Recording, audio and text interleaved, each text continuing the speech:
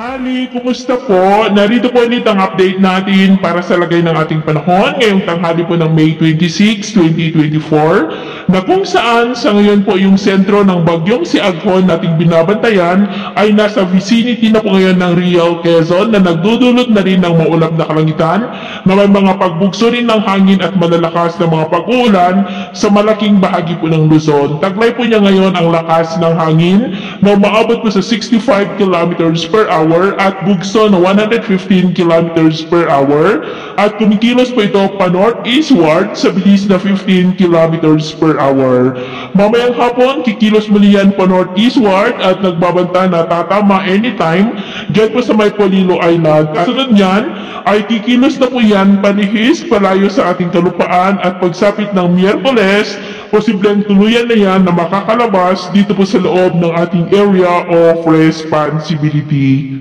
At dahil po kay Bagyong Aghon ay nakataas pa rin ngayon ang Tropical Cyclone Weak Signal number 2 dyan po sa may northern and central portion ng Quezon, sa may Alabat, Perez, Quezon, Gumaca, Lopez, Macalelon, General Luna, Unasan, Pitogo, Plaridel, Agdangan, Padre Burgos, Atimonan, Mauban, Real, General Nakar, Infanta, Sampaloc, Pagbilao, Calawag, Lukban, City of Tayabas, Lucena City, Tiaong, Candelaria, Sariaya, Dolores, San Antonio, kasama na po ang Polillo Islands, maging sa may Laguna, the eastern portion of Rizal, sa may Halahala, Pilila, Tanay, maging po sa eastern portion ng Batangas, sa may City of Tanawan, San Jose, Lipa City, Mataas na Kahoy, Balete, Malvar, Santo Tomas, Cuenca, San Pascual, Batangas City, Ibaan, Padre Garcia, Rosario, San Juan, Tayabas at Lobo. Mayroon din pong signal number 1 sa may southeastern portion ng Isabela,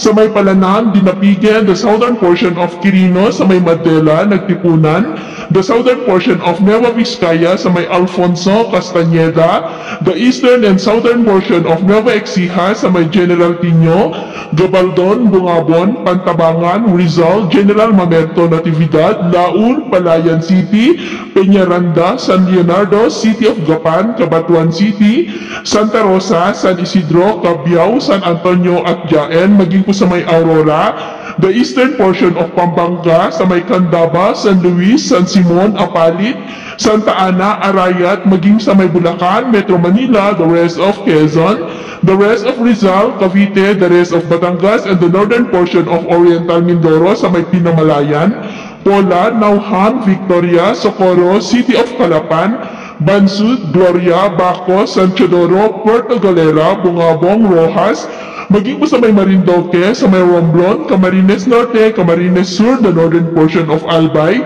sa may Tiwi, Polanggi, Malinaw, Libon, Owas, City of Ligao, maging po sa Burias Island. Sa mga nabanggit po na lugar, iba yung pag-iingat po dahil mataas ang mga banta ng mga pagbaha at pagguho ng lupa at malalakas rin ang mga bugso ng hangin lalo na po sa may wind signals number 2.